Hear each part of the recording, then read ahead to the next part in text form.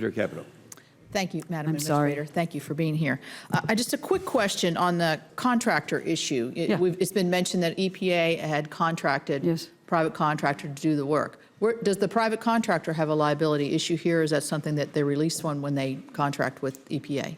Well, the contractor has to follow the work plan and the task order that they have been given. It is a contractor that has been working with the agency for a number of years and has worked on 15 mine sites before, but they were working under the direction of our on-scene coordinator. So they're taking direction from EPA. That's so correct. They are. Those were your direct EPA's direct orders that actually caused what the work plan that we developed was being followed as far as I know, but that's one of the things that we would expect an independent review to look at. All right, yeah, I'm looking for accountability here, as I think we all are, and you are as well.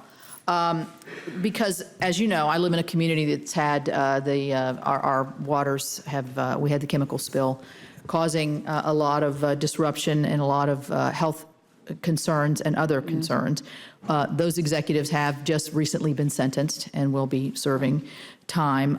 But one of the issues that came out of this was business interruption. So Senator Gardner brought this up about rafters, and I think Senator Bennett as well, other people who have lost their revenues for the year because of this, and then they're going to have the stigma attached to it, which is going to be even more difficult for them to regain this. Is this part of your restitution that you could possibly go back to a community? Is that within the bounds of the EPA to be able to do things like this? Senator, first of all, EPA is not arguing that we are responsible for the cleanup here. So whatever happens with the contract happens, but we're taking full responsibility.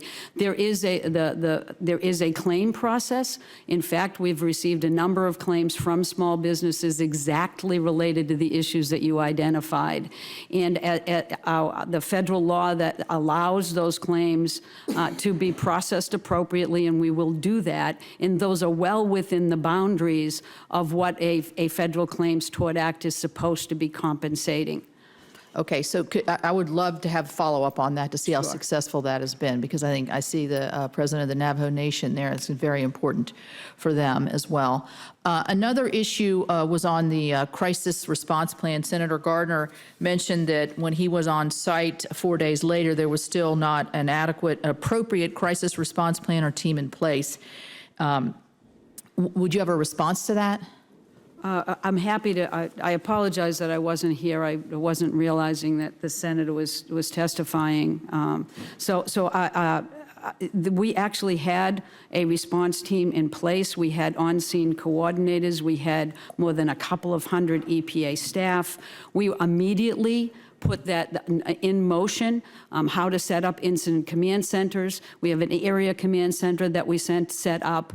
We moved as quickly as we could, but we'll always be able to look back and see whether we could have done it better. Could we have done it quicker? What are the lessons we need to learn from this? Do you anticipate that will be part of the report that it will be? They'll be looking at their crisis report? I believe, crisis response.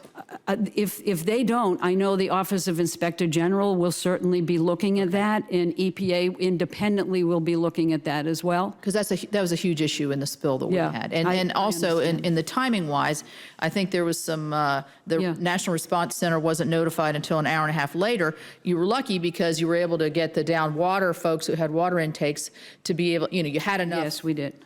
Mileage there, but if it was right at the source, which happened in our community, you wouldn't have had that time. And it was blamed on lack of cell service in the area.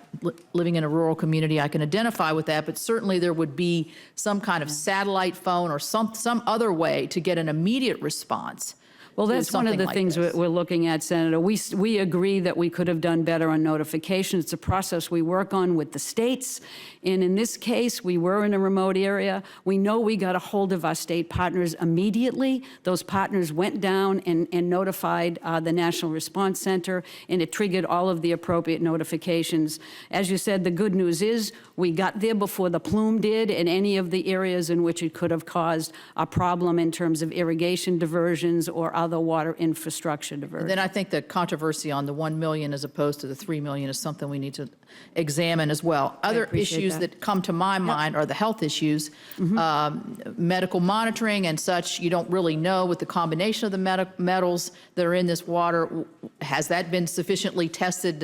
Do we know what the serious effects are? I'm just raising questions that I think need to be raised. I would like to say, just in final, because I just have a couple seconds remaining on the Clean Power Plan.